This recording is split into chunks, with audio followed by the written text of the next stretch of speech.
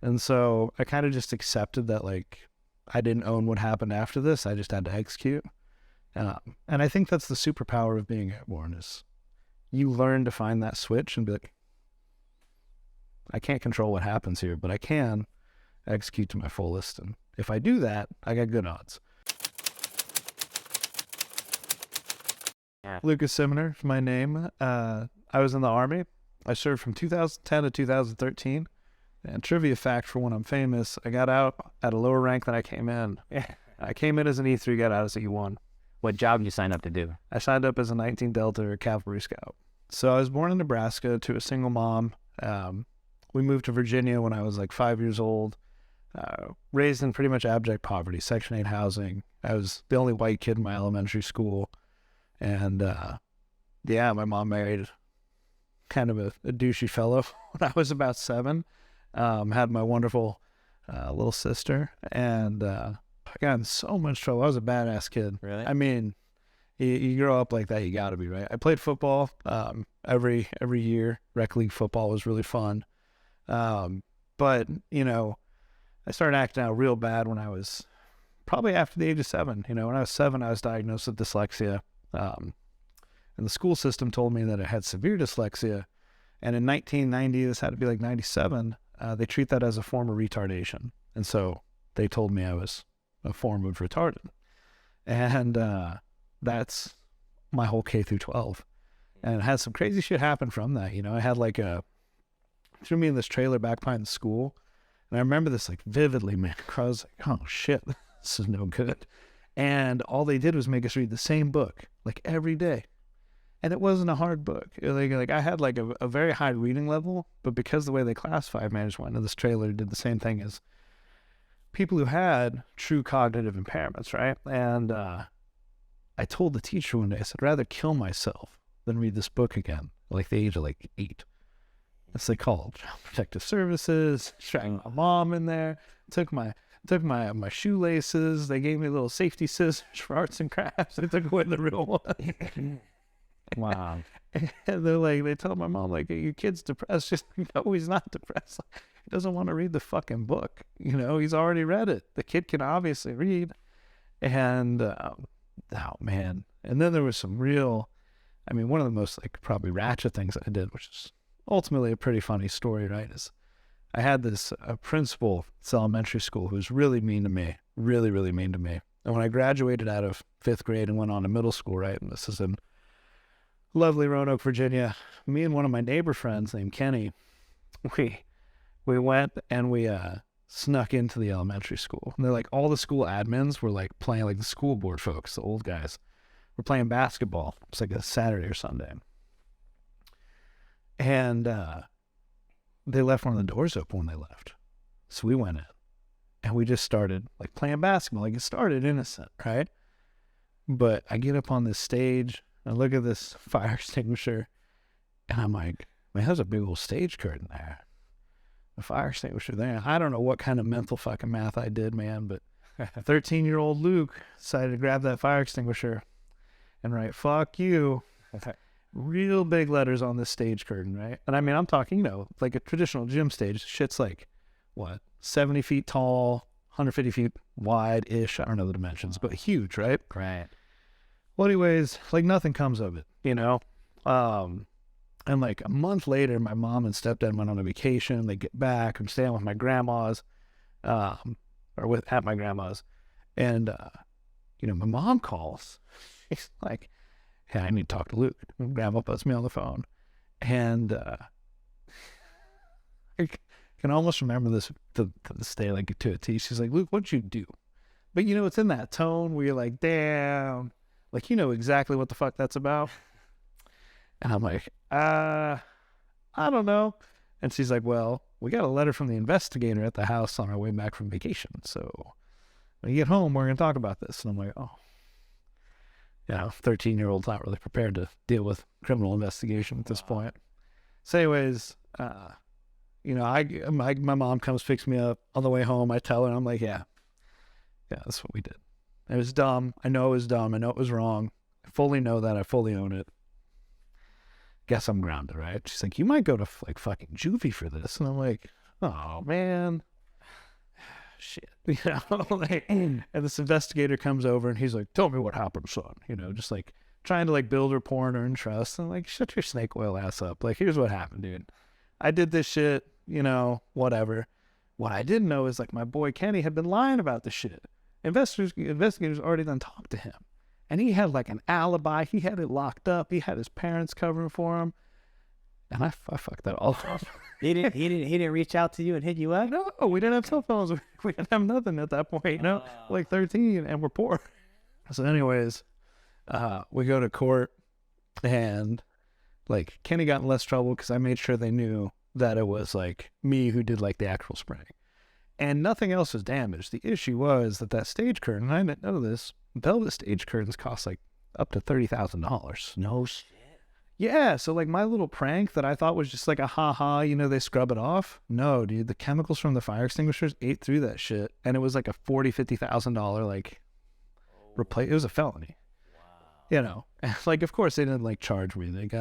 It got expunged, or like not expunged. They, what do you call it? Discharged it essentially, because I did community service. So at the age of 14, I had to work in a library for 200 hours where they made the dyslexic kid put books back in the Dewey Decimal System. And I got to tell you, that library still ain't right. Well, what inspired you to go into the Army? So I just didn't want, well, two things, right? Like, I mean, I lived in Virginia when 9/11 happened. So like proximity to that, like seeing a lot of the like fallout from like affecting people's families, and then like watching like Bill O'Reilly on the news every night, watching the shock and awe campaign in Baghdad. I knew kind of then, like I remember knowing then, like I'm going to go fight in this war.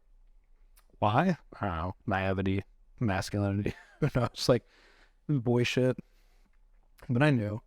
And then, as I got older, I ended up getting like homeschooled because I just wasn't getting anything out of public school. And so I told my mom, like, look, I'm gonna join the Army, and I need you to sign off earlier. I'm gonna join the military. I didn't know it was the Army yet. And I went to the Air Force. I wanted to be a pararescue man. I like did all my stuff so I could pass the PASS test, like the requirement to like go to enlist with that kind of code. And they're like, yeah, we can take you in 6 months. You got like the test stamp, like you're good to go. 6 months. And I'm like, I can't deal with this. Went to the Marine Corps, and they were like, you can't pick your job. And I was like, went to the Army, and they're like, you can leave in 3 months and you can do whatever you want because you scored high on the ASVAB.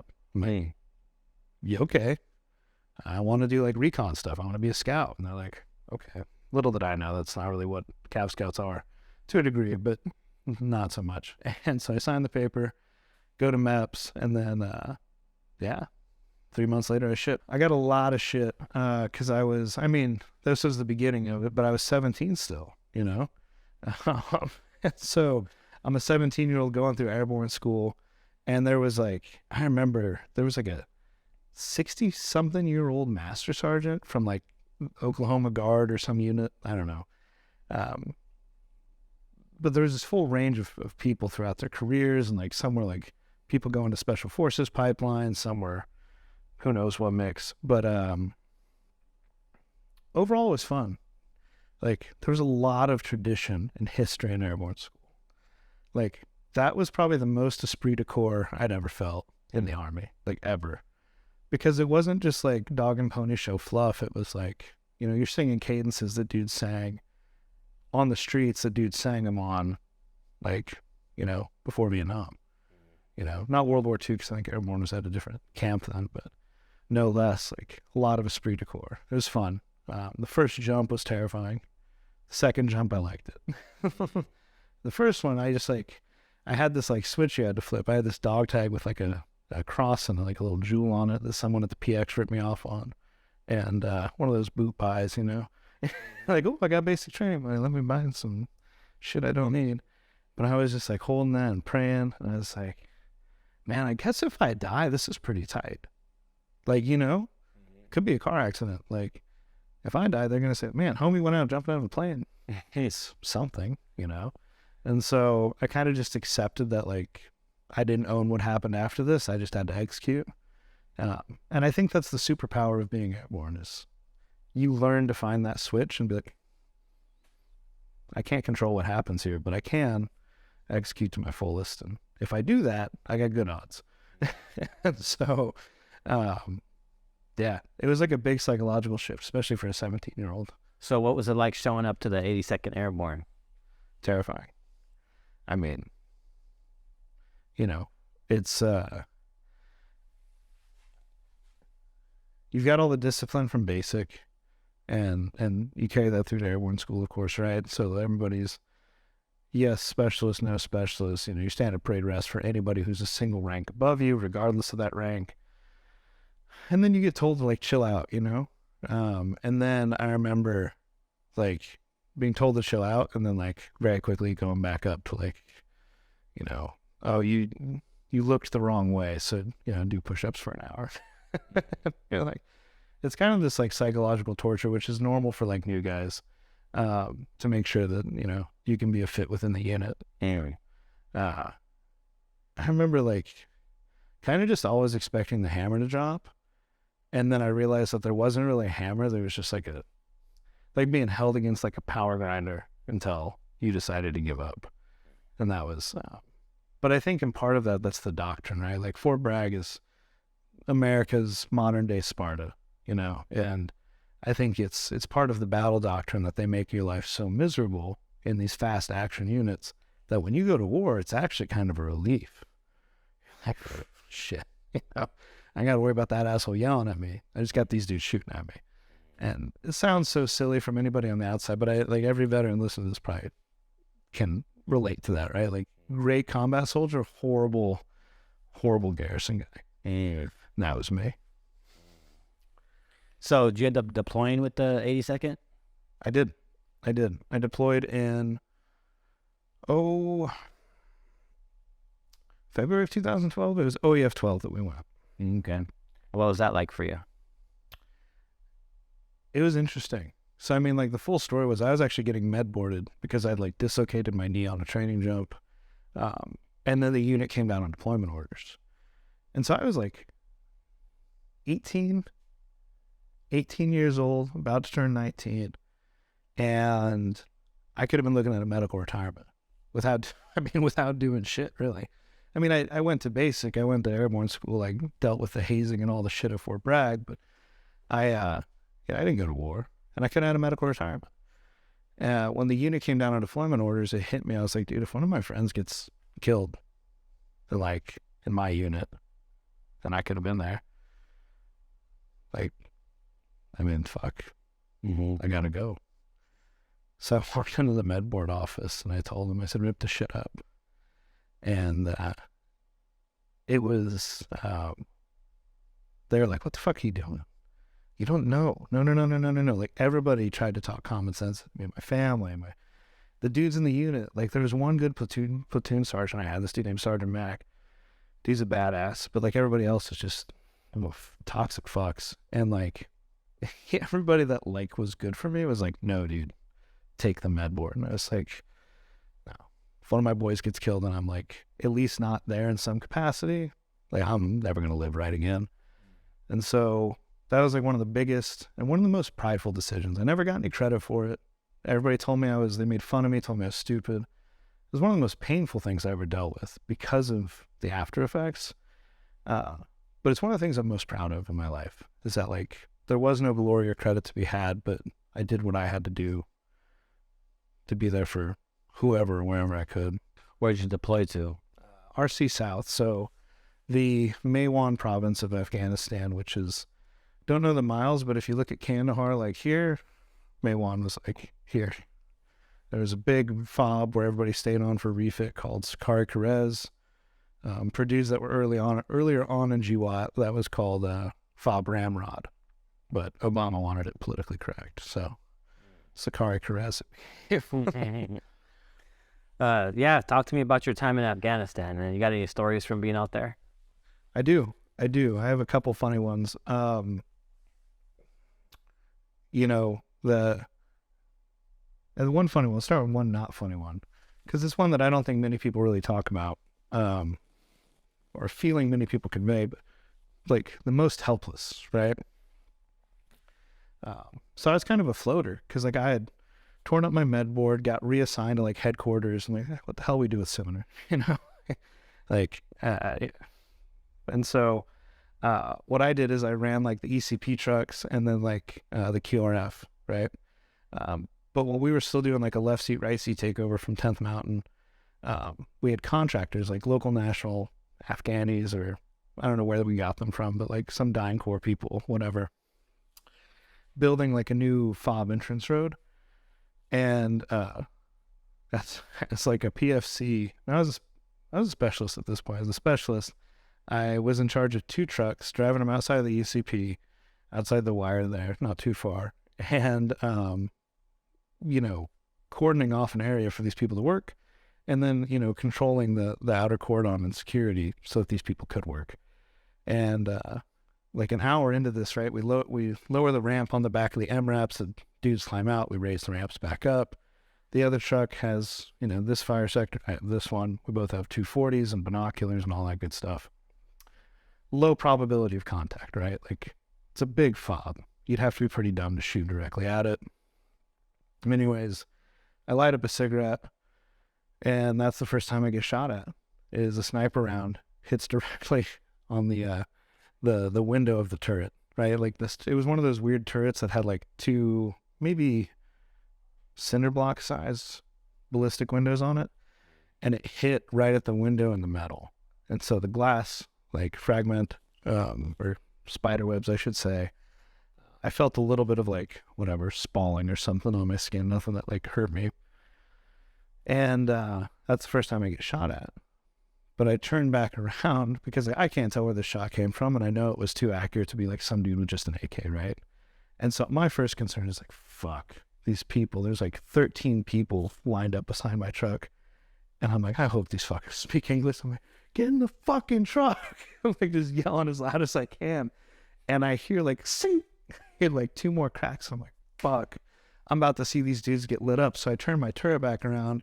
I'm like, you know, yelling at the, I'm like, truck 2, get your fucking gun up. Do you see anything with the binoculars? Because you can't, like, there's a big, like, interstate there. And I'm like, where are these people taking these shots from? We couldn't find anything. They had, like, we had some badass snipers. And they got, like, our snipers up on, like, the nests at the fob. And they're like, we can't see this shit. And I don't know how many shots were taken, because I never heard more cracks or whizzes, but the most helpless I felt was just like telling my driver to lower the ramp, hoping these people got the point and got in the truck. And like, but I didn't have anybody to shoot at. There's death coming your way. You're in charge of protecting these people who are unarmed. And as I'd find out later, getting paid like 25 cents an hour. And you're just like, fuck, what do I do? And like, I never wanted to feel that helpless again. War brings out the weirdest shit, you know, where you're like, because at the end of the day, you're all just dudes. And at least in the American Army, right, we're a professional military. We all volunteered to be there. No one was said, go to prison or go to, you know, join the Army. Not in many years. And so, like, you know, we're all just dudes. There's some crazy people. There's some degenerates out there. Like, oh, I just want to kill people. But in general, that's machismo, and those are typically the dudes who've never, like, done shit, I think. And, it's like you have these funny interactions where like no one knows how to cope. Like during our downtime, like we would take shifts off in what's called the BDOC, the battle damage. What was that shit? I forget what it stands for. BDOC, battle. It's essentially a control center for the fob, right? So it had like, we had this big blimp that had a crazy camera. It could tell you like what kind of cigarette you're smoking from like 2 miles away. And it could get grid coordinates too for air support or artillery. Nice. And it was PGIS, Progressive Ground Surveillance, was the big blimp. But anyways, we're in the BDOC and we're watching this drone strike happen, right, on these dudes that we like called in trying to plant IEDs like right near the fucking ECP or entry point. And like these dudes get like schwacked, just done. And there's like a leg, does a little twirl. There's 10 out of 10 drama on that one, you know. These dudes are done. Commander walks up behind me and my boy Black has this bag of jelly beans. And like, we just watched this dude get like smoked graphically. And he's just like, Jelly Belly? We all just start dying laughing. What the fuck? Yeah. You know, thanks. And it's like, well, what do you do? Like, good job? I kind of, sure. But Jelly Belly, much more appropriate. What were they doing right there at the entry control point? They thought they were slick. So there was, like, the main road. I forget for the life of me the name of the main road. But the main road there, like, that shit led all the way to Kandahar. Like, truckers would just, like, go straight up. And in route reverse. And there was culverts, of course, right? Which, like, Army engineers or CBs or whoever built this base when it was in its origination had, like, of course, fortified the hell out of these culverts. But no fortification withstands the Taliban's efforts for at least long amounts of time. And so, like, they're, like, planting wires and bombs under the culvert, trying to blow the shit up. Like, you could just see them digging, and you could see them every 20 minutes, like, looking up. I'm like, yeah, you're going to see the drone. Also, like, it's a blimp. It's this big white-ass thing that's always lit up, and you can always see it. But they had no clue what it, they didn't have that kind of intel, I guess. So, anyways, like, it wasn't long, and just got him hit. Wow. Yeah. And so, Shit. Jelly Belly, and that commander was really cool. But it was one of those things where you think about it, like, social norms. What do you do? Yeah. That was a traumatic experience for someone. Hey, even if you're been deployed 5-10 times, it's one of your guys' first time seeing a leg fly 50 meters in the air. Like, you don't really want to hit him with, like, a congratulations.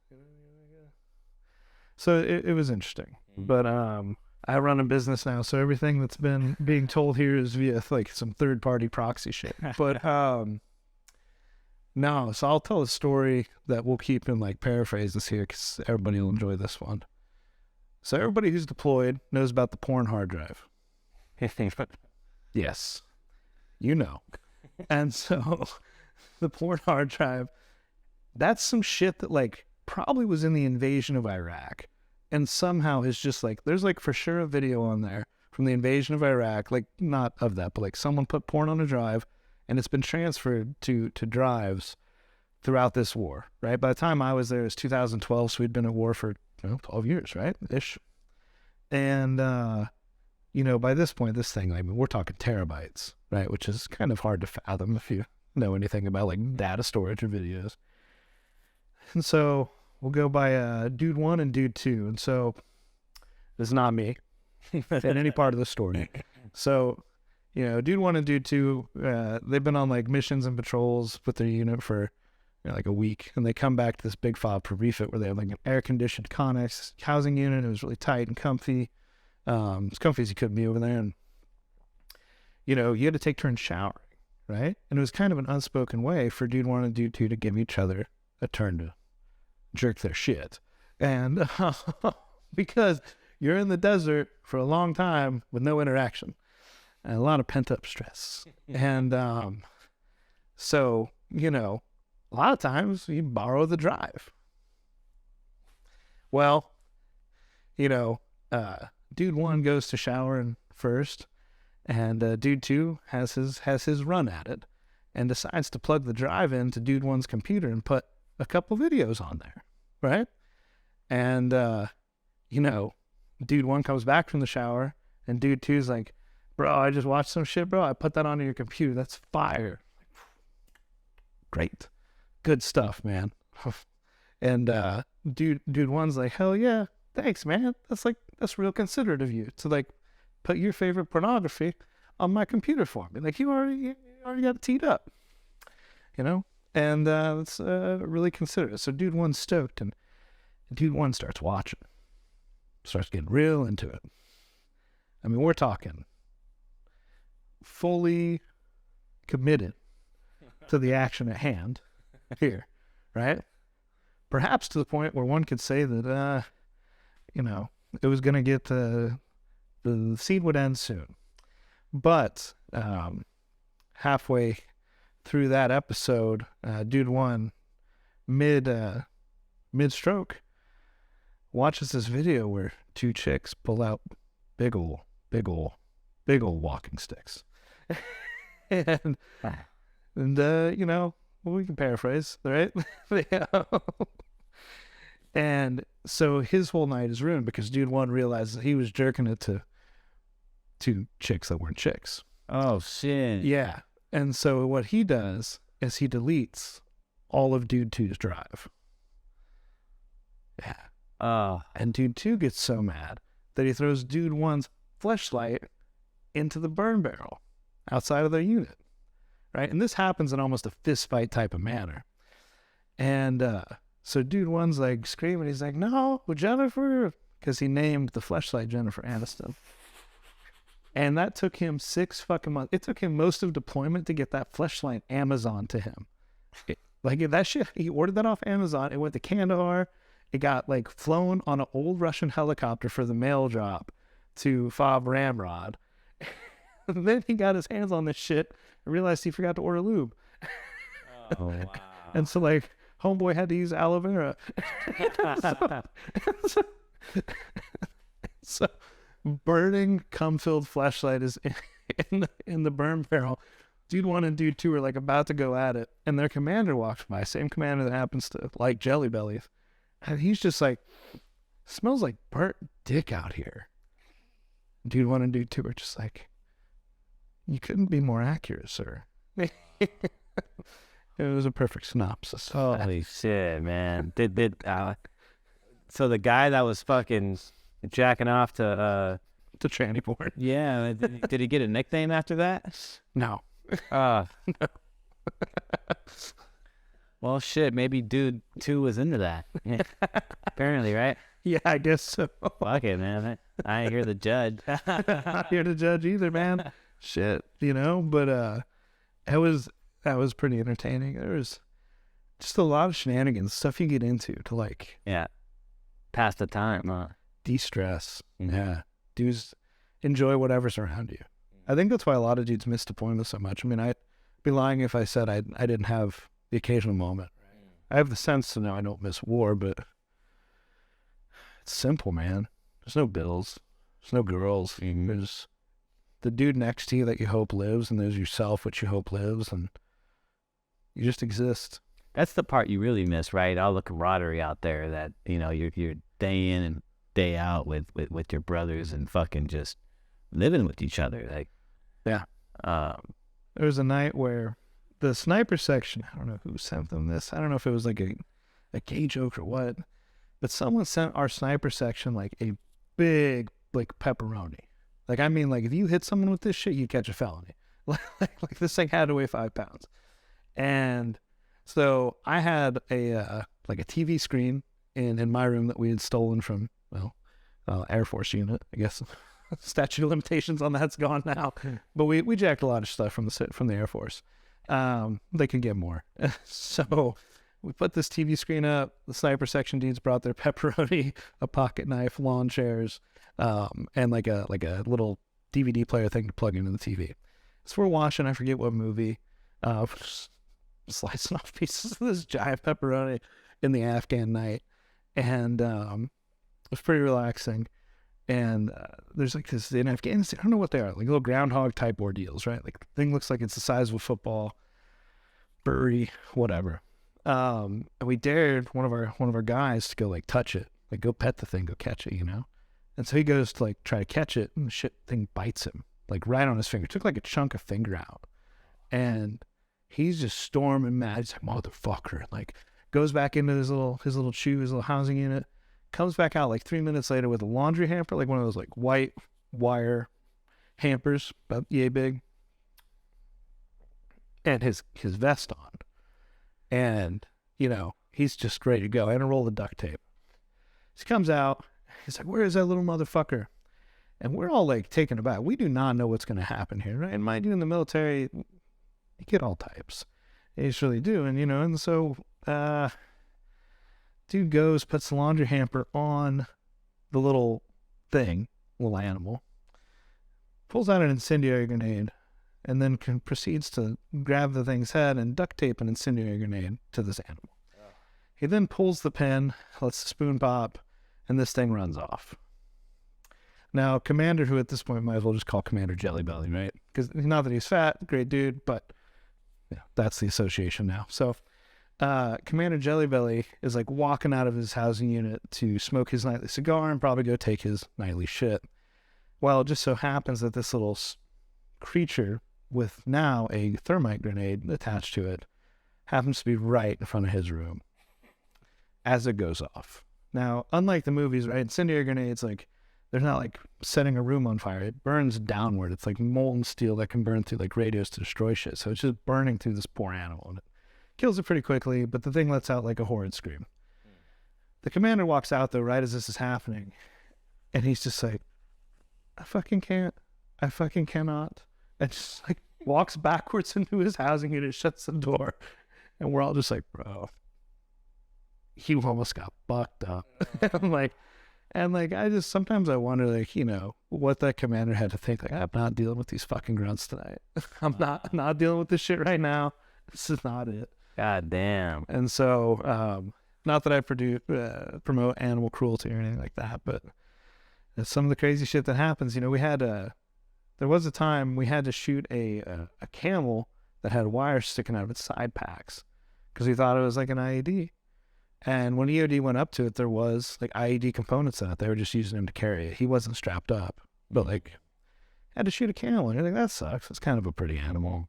They're assholes, but they are pretty. You know, it's probably offensive to the vast majority of the populace. But like one time I made $200 off a bet. Right, I bet this incoming, there was some National Guard unit that was taking over for us to close the base down, and I bet him. Because we were like talking shit. We're like, oh, there's the donkey fucker, you know? Because from the B-Dock, you could see this stuff. We had the blimp. You could watch whatever. And they had truckers parked there. And the truckers would go and they would occasionally copulate with a donkey. You know, they'd do the thing. And we'd make fun of them for it, as you should, because that's not like a socially acceptable practice, you know? Fuck that. So this dude comes and he's like, that's insensitive. You can't be making fun of the local nationals. They don't fuck donkeys. And I'm like, how much you want to bet?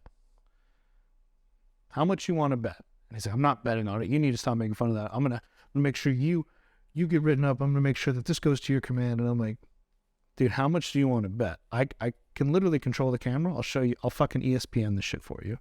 And he's like, what? I'm like, bet me. And he's like, I'm like, $200. You're way higher ranking than me. You got like 6 ranks on me.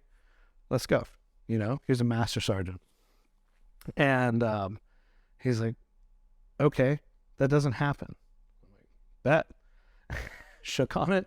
I turn the camera. I look at all the truckers who were just like meandering around. I'm like, homeboy's about to fuck a donkey. And he's like, how do you know? I said, because they do this weird thing where they spit on their hand, and then they like touch themselves, like in their man jams, while they're socializing with other dudes. And he's like, no. I'm like, bet. So I said, I'm going to go smoke a cigarette. Me and my boy went to smoke a cigarette. So by the time we get back in here, dude's fucking a donkey. So smoke a cig. We end up getting into some laugh fest story, run into a friend or something like that. Come back inside, and it'd been longer than the time to smoke one cigarette. There's $200 on the desk. 200s. Wow. Look at the screen. The dude's just fucking getting in it. And you're just like, oh, it ain't pretty, but it is the truth. My transition was no bueno. So I got, you know, I mean, I credit a lot of this to just my toxic leadership, right? This doesn't reflect on the whole military. And I'll keep my part of it short, but, you know, in essence, it was, it was protect people that went to certain schools or had certain friends over everything and anything else. And the enlisted guy is always the first dude to get burnt. You are a bullet sponge, and we joke about that, but the truth is that politically you are as well. And I found that out like the hard way. I took a stand for myself. You know, I had this commander that was really just like horrid, not the jelly belly guy. There's a first sergeant that was just a giant douchebag, right? And I called it. I said, yo, these dudes are like fucked up. They're doing like X, Y, and Z. They're hazing the shit out of me. There's this dude named, at that point he was a staff sergeant, last name Martinez. He was just like this evil prick. Like he hazed me like in horrible ways. He cheated on his wife on deployment, did all this horrible shit. And, you know, these dudes all like formed this coalition to like fuck me. And it was real interesting. So I ended up, you know, being vocal about it, and that ended up costing me some rank. And so I lost. I was an E4. They bumped me down to an E1. Yeah, it sucked. And then I was also going through like a divorce at that point, because it wasn't like a real marriage. I'd married the girl that I'd been dating so that we could continue to date, typical military stuff. But of course, that doesn't mean that, like, even if it wasn't like a marriage designed to be permanent, doesn't mean the divorce is easy or cheap. So I'm going through all of this at the time, you know, and they just came down on me. Like I got told to kill myself. I got told if I killed myself, they'd get a better soldier next week. And that was the kind of shit that I had to listen to, even after deploying, even after I earned my respect, you know. On a deployment I didn't even have to be on. And so, you know, I end up getting out. I made quite a fuss of it. And they stiffed me on my last paycheck. Like, oh, you'll get that in 30 days. I'm like, bro, so I got to get a Mustang from Fort Bragg, North Carolina, 24-hour drive to Omaha, Nebraska. And y'all have been paying me E1 pay, right? Which E1 pay is like $500 every 2 weeks, while still having to try to cover an apartment. But you took my BH because I'm not married. Man, it was a mess. What did they have a problem with you about? What was the reason they busted you down in rank? So I had there's a lot of things. Essentially, I had made a YouTube video about the hazing that I was going through. And it wasn't like directly calling anybody out by name, but it was like pointing out, like, it was like a mock Hitler video of, oh shit, I'm going in the 82nd, right? Like, I wish to the life of me I could find it, but didn't call anybody out by name. No commanders, no staff sergeants that deserved it, none of that. But no less, they like tracked the IP back to me. Ironically enough, because like some anti-suicide soldier mom group found the video, and they reported it up to IG, and IG did some shit, tracked it back to my IP. Me and my wife at the time, girlfriend, whatever, we're married, but I got orders to Germany, and I'm stoked. I'm like, fuck, I'm out of the 82nd. Put that shit behind me. So I'm already out of my apartment. I got, you know, all my shit packed into this, like, into these boxes in this car. And then, like, most of my stuff had already been picked up by the Army movers to ship to Germany. 2 days before I'm supposed to get on that flight, I get a call from the old first sergeant, the douchebag, who now got court-martialed recently, right? Like, almost 10 years later, he got court-martialed for making a junior enlisted fuck him for a promotion. He's the one who told me if I killed myself, he'd get a better soldier. Oh, wow. Yeah. Now he's getting court-martialed. Because he made somebody fuck him for promotion? On deployment. Wow. And he was doing that back in the day. They all were. You know? That's the insidious side of the shit. Like, you know, you don't want to cast a light on it, but the truth is, that's the way it was. And if you're like me, you can be an 18-year-old that happens to find yourself on the wrong side of that shit. And so, anyways, they call me back, hit me up for Article 134, which is essentially a uniform code of military justice law that it involves essentially trying to start a mutiny, right? Like, you're causing disorder within the ranks.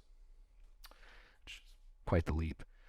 But what I told them is, you can't prove I posted it.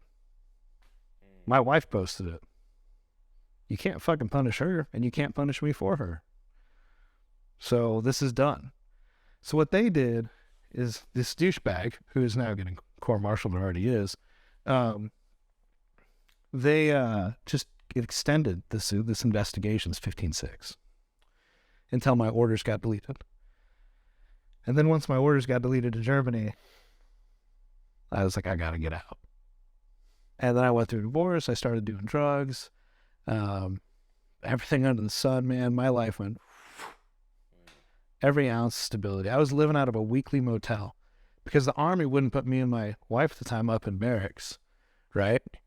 And I didn't have money for an apartment because my BAH was gone. They were moving me to Germany. So we just had no money, nothing to do. I had to send her back up to Virginia to live with her parents. And then, of course, like, and I don't fault her for this. We were young. She, like, hated me. She's like, you posted this fucking video and, you know, you chose your vengeance over me. And I was like, babe, it's not vengeance. Like, it's the truth, man. People, like, need to know about this shit. Like, someone's going to kill. People have killed themselves because of these dickheads' behavior. It's not vengeance for me. It's a fight. I'd take it any day. But she, like, we were young and she didn't get that. And so she faulted me for ruining everything and blowing up her dream to go to Germany. And I was broke, had nothing, was using drugs at that point, because what else do you do at that point, you know? And but she knew you posted it, right? Because did she posted it?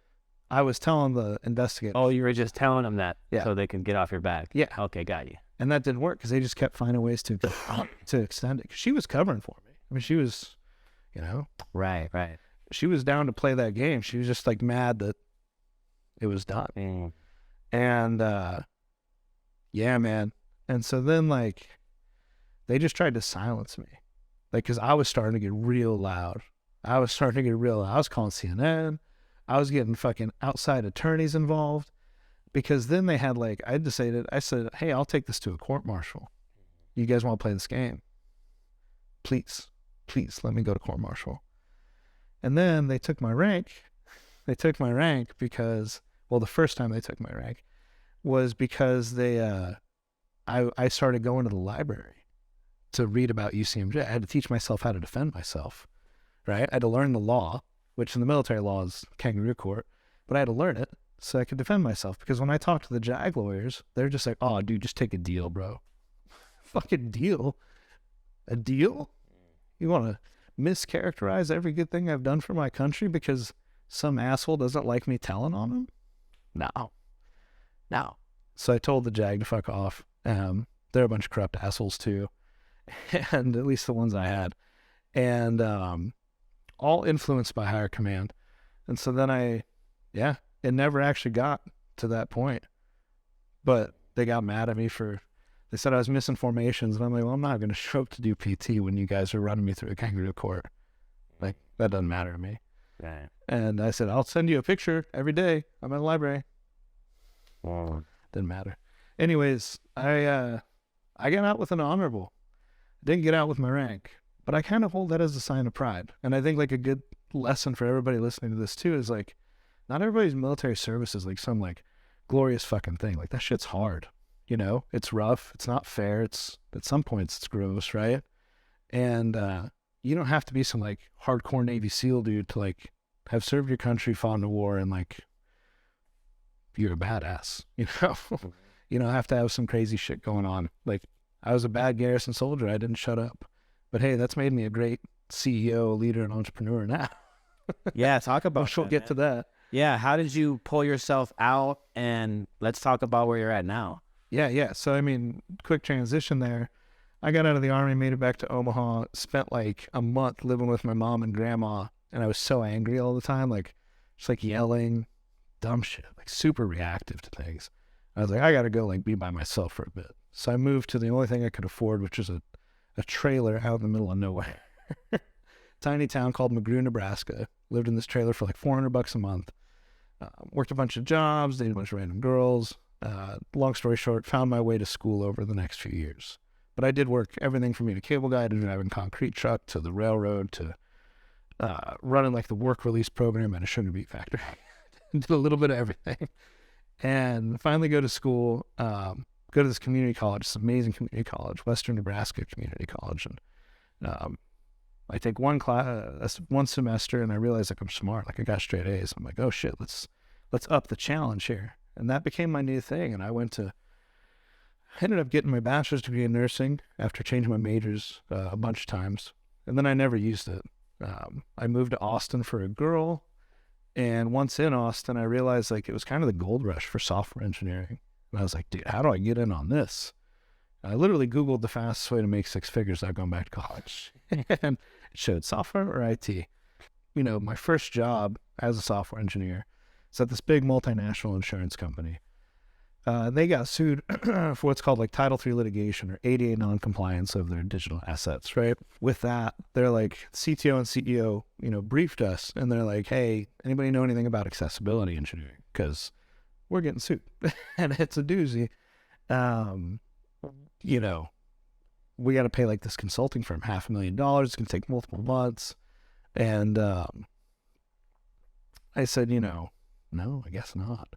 And that night, I went and I was like, my mom just married this guy who happens to be blind. What if we did it together? So I call him first thing in the morning, like, yo, if I sat you next to me and like had you tell me where an app was broken and then like I fix it and you try to tell me if it made it better, would you be down? I'll get you paid. And he's like, sure. And so I pitched this idea to the CTO and CEO, and I'm like, hey guys, so really nervous here because I've only been working here like 2 months, but here's my idea. I pitched them out. And they're like, you can do that? And I'm like, yeah. Yeah, 1099 my stepdad. Got to get him paid, Let's go do it. And they had me on a flight to Omaha the next day. Wow. In 7 working days, we mitigate this lawsuit. Save that company millions of dollars in reputational costs and litigation fees. And then from there, I got a raise and a promotion. And like when you've never made shit your whole life, when you've had situations where life does kind of just shit in your general direction, so it seems, and then good things happen, right? You get a job making more money than you ever made before. You have imposter syndrome. Like, what the hell am I really here? You're kind of waiting for the shoe to drop, and like, it's a mess. And I was so stoked because I'd done this. I gotten a big W. I got a big win and squashed my imposter syndrome, right? So I'm on cloud 9 and I got a raise. But my stepdad was like depressed. I'm like, dude, what the fuck's the matter? Just got you paid out for like 7 days of work. Wait, what's wrong? And he says, Luke, for the first time in my life, I feel intellectually valued. And it sucks because it's never going to happen again. And that like hit me so hard. Because from the time I was 7 and diagnosed with dyslexia and told I was retarded, to being in the Army where like you trust me with a fucking machine gun, but you treat me like a 2-year-old and you abuse me like I'm one too. Like, what the fuck? To like, just working in this litany of blue collar jobs where no one cares if you're smart or if you're conversational or if you read. They care that you moved a piece of track or hooked up a TV. Was never valued for my brain until I was an engineer. And that to me was beautiful. That's one of the things I loved about it. And so I was like, dude, like you'll never have that opportunity. Why? I dug in deeper and deeper. Like that bit me with the bug, and I kept digging into this like over the next year. And I realized like blind Americans have a 76% unemployment rate. They have a median salary of $17,000. So I'm like, why? You're blind. You're not dumb. What the fuck's the issue? Why can't you go do whatever you want? What's the blocker? And I realized that, the way technology has evolved, right? It's been like interesting because now you can live in the middle of nowhere, Idaho, and have a 6-figure plus engineering job where the cost of living is like $2,000 a month. Like that's beautiful. But if you're blind, the amount of software that you now need to know to operate even at an entry level of a bigger company or a tech company is a lot. You're talking like minimum 10 apps, right? Email, digital meeting platforms, more than one of those. Cloud storage devices, probably more than one of those. Asynchronous communications like Slack or Google Chat or something like that, more Teams. And then you talk about like, that's before you get into like a CRM or anything job specific. And none of that's designed for blind people. I'm like, oh, shit. So no one has taught blind people how to use their assistive technology, the things that read the screens to them, on the software for the modern workforce. Oh. And the people who have don't know how to make it scalable. I was like, okay, so how do I get this kind of training created? And then how do I deliver it at scale? Well, obviously, right? An e-learning platform. And so, it sounds common sense, an e-learning platform for blind people. Well, it doesn't exist for a very good reason, because it's hard and it's expensive, and it's hard, more importantly. People have thrown a lot of money into a lot of things, but what I had to do is, and what I decided to do more so is, it had to start from the ground up. So I surrounded myself with as many blind people as I could. I was calling schools for the blind in every state. You would have thought I was fucking starting a new branch of the military. I was calling like a recruiter, getting these people in. And I was like, hey, like, I don't have any money, but here's the idea. Here's what I want to build. I need your feedback and help. And I had like a coalition of like 100 folks just like giving me their time. You know, people who were blind that were professors at like blind schools and technology professors and so on and so forth, everything, all walks of life. And it took me like a year to code up like the MVP and really understand how to, I call it engineering with empathy, right? But I'm writing code in a way that delivers a user experience for someone who's having the code described to them instead of relying upon a visual interface. And it took me a year to kind of master the use of the language in that way, right? It would be like learning how to speak in English, but your target audience only appreciates vowels. Yeah. So you got to learn how to really accentuate the fuck out of those vowels and change your vocabulary to maximize the amount of vowels. So it's a pretty good analogy to that, I think. But anyways, I proved it. I put like 30 people through like this free version of it, which didn't have but shit on it. That worked really, really hard to get those 30 people into like jobs or opportunities or schools all by myself, and just me. And then I had a friend who was an advisor that came on as a co-founder shortly thereafter, but that's when I started raising venture capital. And that was December of 21 is when we got our first venture check. I had to pitch 185 venture capitalists to get our first yes. Wow. Yeah. Holy shit. Now we've raised 2 rounds of funding. The company's 17 people big. We sell into about 13 or 14 state governments. That's not because I'm not on top of it. It's because my sales team was badass. We had these ladies kick down doors for me left and right. And so like it might be 15 by tomorrow morning. but yeah, that's fucking rad.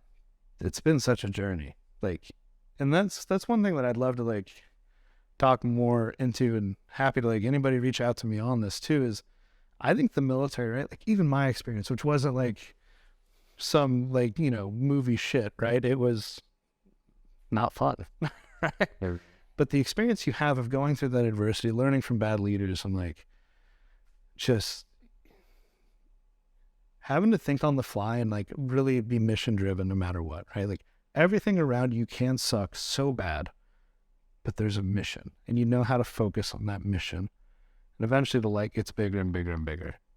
And then when it gets too big, you get bored and you're like, okay, back out here to that next tiny little aperture. Mm-hmm. That translates to business so well because we drive so hard, like, and we have discipline, you know, and a million and one other things. But those are my big like pieces on it. Yeah, that's awesome, man. As a veteran, know that you can do whatever it is that you set your mind to. Going through the experiences you went through, whether you deployed or not, whether you ever got shot at, whether you ever, you know, stayed in more than 2 years, doesn't matter. Going through that experience, signing that check, making that decision, you can put your mind to anything. So don't ever give up the ghost. Don't ever give up on life. And fuck, go kill it, man. Or girl. Thanks for being here, brother. Appreciate it. Push it to the limit, I can't go no more. Red light, no way, I'm coming back home. Long dirt